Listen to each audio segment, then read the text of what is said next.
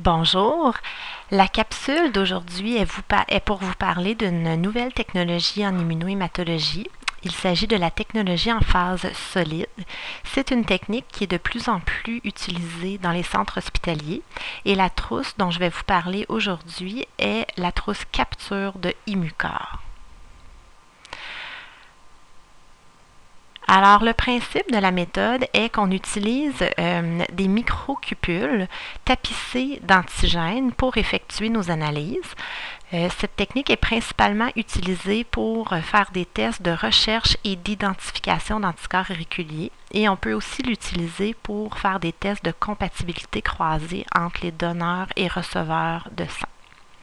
Alors, si on grossit une des cupules qu'on voit ici dans la plaquette blanche, on voit qu'il s'agit d'une microcupule en plastique qui est tapissée d'antigènes et ces antigènes se trouvent à être des globules rouges hémolysés et déshydratés qui sont fixés vraiment à la paroi de la microcupule.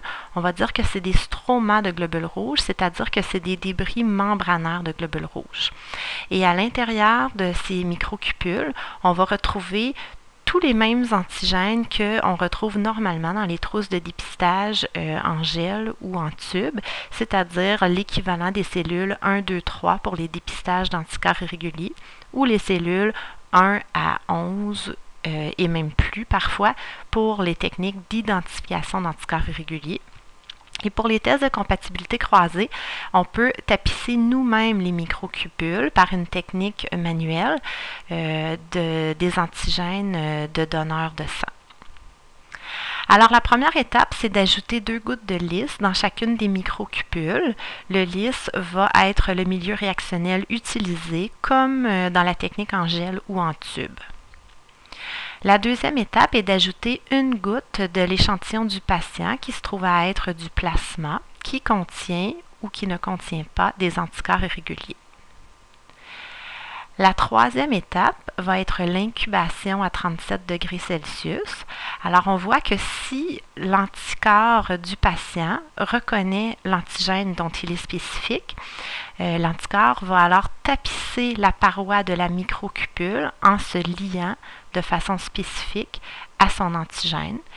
Et si l'anticorps du patient ne reconnaît pas l'antigène dont il est spécifique, il n'y aura pas d'adhérence de l'anticorps à la paroi de la microcupule.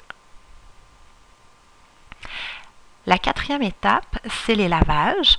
Les lavages vont nous permettre d'éliminer les anticorps plasmatiques libres qui ne se sont pas fixés ou qui n'ont pas adhéré à la microcupule pendant l'étape de l'incubation.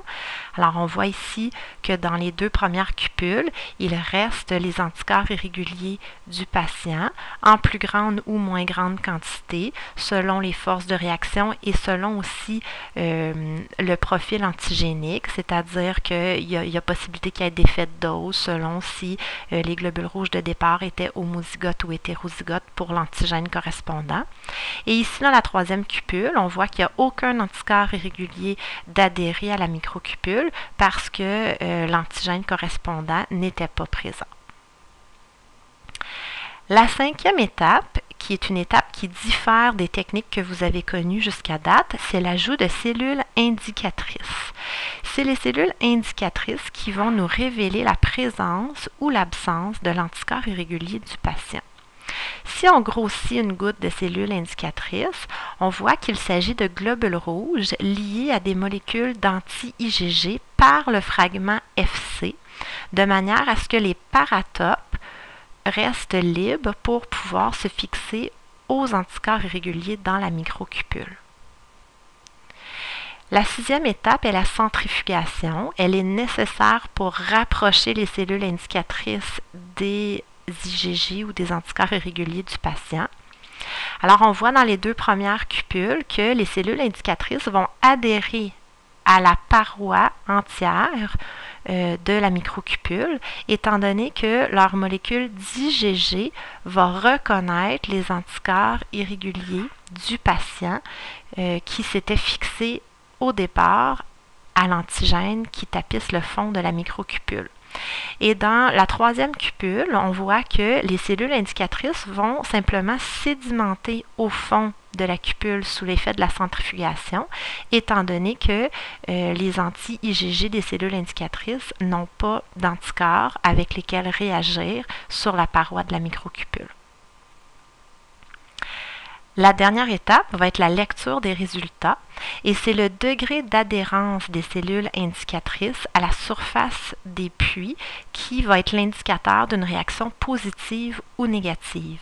Alors, on voit ici que c'était une réaction très forte dans la première microcupule.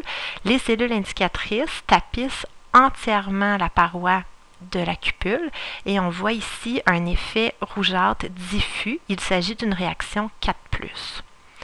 Dans le deuxième puits, il s'agit également d'une réaction positive. Elle est un petit peu moins forte parce qu'on voit que les cellules indicatrices ne tapissent pas entièrement la paroi et on voit qu'il y a certaines cellules qui ont sédimenté. Il s'agit d'une réaction de 3+. Et ici, quand il n'y avait aucun anticorps irrégulier pour réagir avec l'anti-IgG des cellules indicatrices, les cellules ont sédimenté, ce qui crée un effet de bouton cellulaire dans le fond de la microcupule. Il s'agit d'une réaction négative. Donc, c'est une technique qui est très simple. La difficulté vient au niveau de la force, de l'interprétation, des forces de réaction parce que ça donne complètement le résultat inverse auquel on s'attendrait pour une méthode standard d'agglutination en tube. Alors, si on compare, on voit ici qu'un résultat 4+ en tube donne un bouton cellulaire complet qui ne se défait pas lorsqu'on agite le milieu réactionnel, tandis que du côté de la capture, un résultat positif, c'est en effet des globules rouges qui tapissent l'ensemble de la paroi de la microcupule.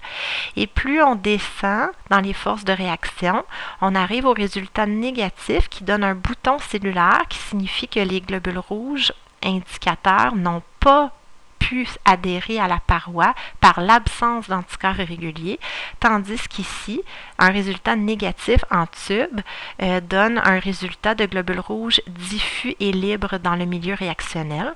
Donc, c'est important quand on commence à utiliser cette technique d'utiliser les chartes de comparaison de force de réaction pour ne pas se tromper à la lecture des résultats. Je vous invite à écouter la démonstration vidéo qui est disponible sur Moodle pour voir concrètement comment on réalise chacune des étapes de cette technique et les différents appareils qui vont être utilisés. Merci.